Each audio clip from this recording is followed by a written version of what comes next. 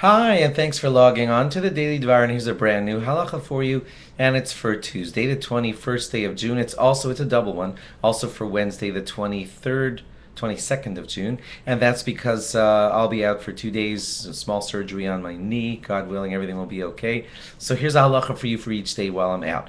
The general rule for these 2 days of halacha is that when you're in a shul that has a different nusach than your own, like let's say you're Svard and you find yourself in an Ashkenaz shul, or vice versa, you should use this rule as to, like, should I daven my style, should I daven their style. The general rule is whatever's being said out loud, you should follow the custom of the shul. And that's because since it's out loud, it's going to be very noticeable if you're doing it differently than them.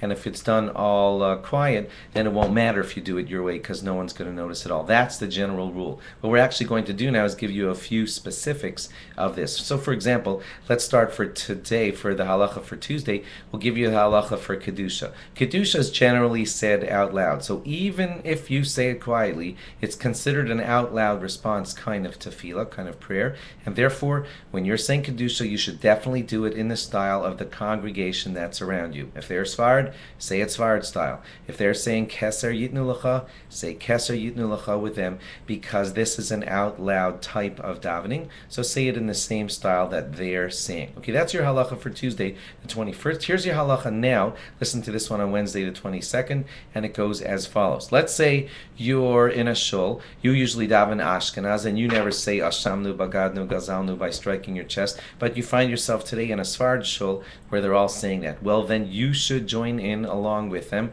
and say Ashamnu, Bagadnu, Gazalnu with them, because that's the custom of the shul. They're going to say all out loud when they get to the end of that, Hashem, Hashem, Keil Rachum. They're going to recite the 13 attributes of God's mercy and stuff like that. When they say it, you say it out loud with them because you're in a Sfard shul that's saying that whole spiel, and it's an out loud thing, so you should be saying it along with them.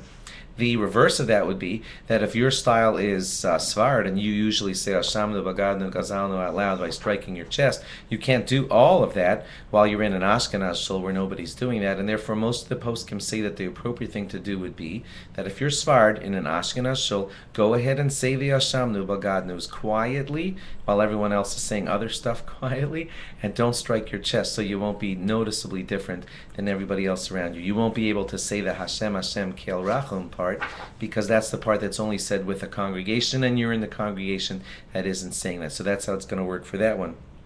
When you get to the halalukas, what we call psuke de zimra, all around that ashrei part of davening, and also the brachas that surround Shema, well, most poskim say that you should try to say that the shul's way, the way of the shul that you're sitting in at that moment, and that's because some of that is said out loud, so you're going to get all mixed up and different than them if you don't say it along with them. So try for the halalukas, the ashri part, etc., and the brachas that surround Shema to say it in the style of the shul that you're in. Now, some poskim say if you get all mixed up doing that, then you do have permission for the halalukas part and also for the blessings of Shema to say it in your way, if that will help you stay not mixed up. Thanks for logging on, and log on again tomorrow for a brand new law. Bye-bye.